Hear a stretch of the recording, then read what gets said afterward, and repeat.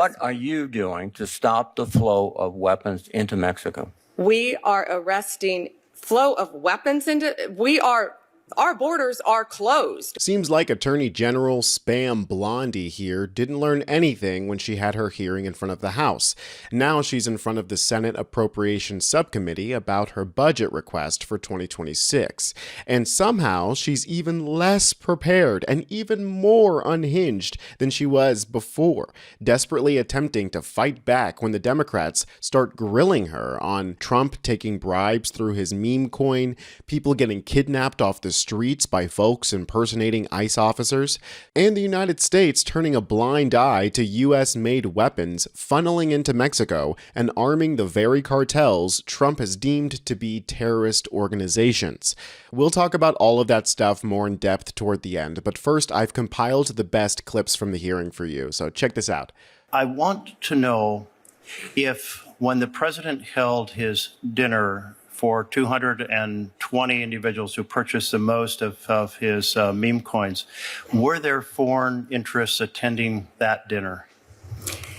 Senator, we're here to talk about the Department of Justice and my budget for the upcoming year.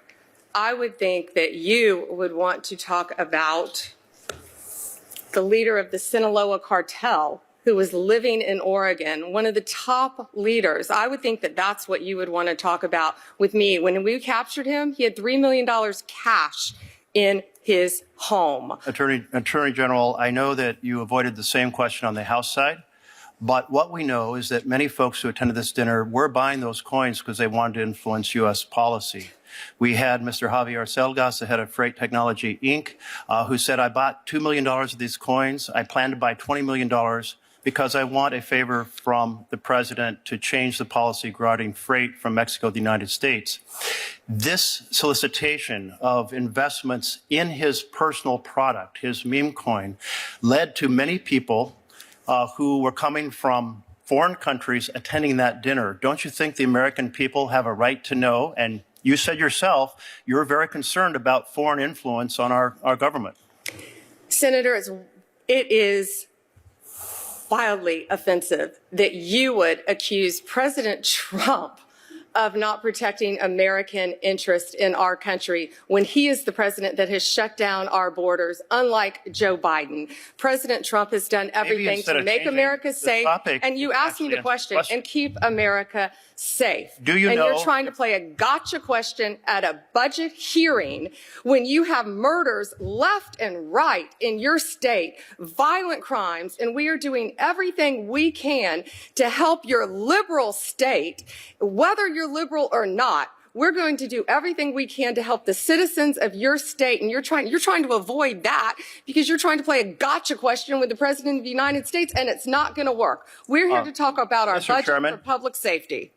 I do believe that as the leader of the Department of Justice, you should be concerned about foreign influence. There was obviously a lot of foreign influence and individuals who said they were there for that reason. This also I am concerned about, and let me turn to a different piece of the puzzle, because the president also has another cryptocurrency called USD1. It is a stable coin. There was a request by UAE to produce AI chips that would go to UAE. The National Security Advisor of UAE is also the CEO of MGX. So after that request for those chips occurred, MGX then said, we will buy 2 billion with a B, of the president's coins. And then the president went to the Middle East and said, we will get you those AI chips. Does this sequence of events in which a foreign government asked for a big favor, and we had previously banned these chips to UAE because of the national security concerns, then they buy $2 billion of the president's coins, and then the president goes to the Middle East and says, we will provide those chips. Does that sequence of events concern you about foreign influence on the United States of America? The foreign influence on America that I would be concerned about if I were you was the Mexican national that resided in Oregon, who we just arrested, who had 384 pounds of methamphetamine. The foreign individual who I would be concerned about if I were a senator from Oregon is the Honduran drug trafficker who was residing in Portland for distributing fentanyl. The foreign national I would be concerned about if I was a Portland senator, an Oregon senator, is a Mexican national leader of a drug trafficking ring. Another one, fentanyl, firearms, fatal overdoses, all in your state. You have made your point. 57,700 fentanyl pills and stolen firearms in Oregon. That's what we should work together on, not gotcha questions during a budget Let me hearing on recognize public Senator safety. Merkley. Thank you very much, Mr. Chairman. The Attorney General certainly has made the point that she's very concerned about issues that I'm concerned about as well regarding the security of this country. But let the record note that in terms of foreign influence and the sale of foreign influence through the president's coins, she absolutely refuses to respond and instead turns to a whole list of different topics. I think it's important for the leader of the Justice Department of the United States to be very concerned about foreign influence, and I encourage you to take on that topic and not consider it an offense that those of us who are concerned here, Democrats and Republicans, want Americans to make American decisions, not foreign influence being bought through crypto coins. So my question for you, Attorney General Bondi, is given the number of DOJ employees currently conducting immigration enforcement activities in support of DHS, how are you going to ensure that the safety of the public and the officers, if they continue to not follow required protocol to identify themselves as law enforcement? And Senator Peters, that's the first time that issue has come to me about them you're saying that law enforcement officers, when they cover their faces. Right. I do know they are being doxxed, as you said. They're being threatened. Their families are being threatened. You know, I get that. But they have to identify themselves. There is an insignia oftentimes. They have to identify themselves as law enforcement.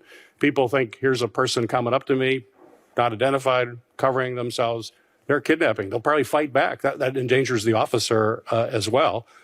And that's a serious situation. People need to know that they're dealing with a federal law enforcement official. Senator, I would be happy to look at that issue with you and talk to all of our partner law enforcement agencies. But I can assure you that if they're covering their faces now, it's to protect themselves. But they also want to protect all citizens. And that's something we can work together on to ensure the safety of everyone and their families. Yeah.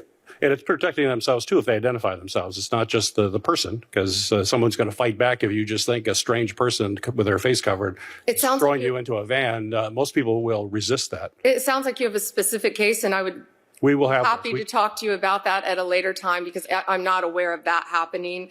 But I'd be happy to talk to you about that. We'd be happy to do it. I appreciate that. Thank you. How many American weapons are going into Mexico in a year? What are we doing to stop American weapons going to Mexico to arm their gangs? Well, we need to support that on both sides. Well, what are you in doing? and out of the What are you country. doing to support it on our side? We are arresting people who have illegal firearms in our country. We're not sending people back to Mexico with guns. We're throwing them in our jails and No, prosecuting them. you're allowing them to be purchased in the United States and driven across the border. Most of these gangs have completely turn themselves into military organizations because they're using American weapons, American technology, and your argument is that, well, we're not doing anything about that. No, not my argument. That was the policy of the last 4 years of the Biden administration with open borders. You could come back and forth across our borders. You could buy guns. You could take guns off the street. You could shoot people in our country. You could bring fentanyl into our country. You could bring methamphetamine into our country. You could bring cocaine into our country. That was the previous administration. No. Not this What are you doing to stop the flow of weapons into Mexico? We are arresting flow of weapons into, our borders are closed. We are arresting illegal cartels, Sinaloa from Mexico, MS-13 from El Salvador, TDA. We are arresting from Venezuela. ATF has seized over 14,600 guns since Donald Trump has been president. That's a 33% increase from the last administration. And think about that. That's with our borders secure. Were they coming into? So they weren't doing anything. Were they coming into the United States? Our borders are closed. They're not coming in or out of the United States now across Mexico. We've done a 33% increase in firearm seizures. Think about that. Think about that, Senator, from the last administration. 33% increase. And our borders are closed. So we're getting all these guns off the streets that came into our country. And I'm so proud of the work of the men and women in law enforcement. I don't think you've done anything to severely interrupt the arming of Mexican gangs, because that's really not what your focus, and I think your focus should be on that. But thank you, Mr. Chairman. And can I just add one thing? And No, because excuse the me. borders are closed, we are stopping the guns from going to Mexico. Well, let me ask you another question. If the borders are closed, why do we have a division headquarters of the United States Army in Fort Huachuca and military elements across the board when the borders close and Border Patrol can handle it? As former military, I would think you would know the answer to that, to keep Americans safe. No, I think it's to promote the president's policies on the border, and the readiness of our forces is suffering as a result. All right, so there was a lot of lies and misdirection coming from Bondi there. But first, let's talk about this meme coin thing. Because as audacious as Trump has always been when it comes to profiting off of his presidency, whoever told him about cryptocurrency should be, as Mike Johnson says, tarred and feathered. Here's the headline from The Guardian. I have never seen such open corruption. Trump's crypto deals and loosening of rules shock observers. I have never seen such open corruption in any modern government anywhere, said Stephen Levitsky, a professor of government at Harvard University and an expert on authoritarian regimes who co-authored the book How Democracies Die. Now, the open corruption for Trump at this point is a given, but what's insane to me is that Bondi is pretending to have never heard of people pretending to be ICE and federal officers in order to commit crimes. We literally just had a Democratic state representative murdered and another one shot by a right-wing lunatic who was impersonating an officer.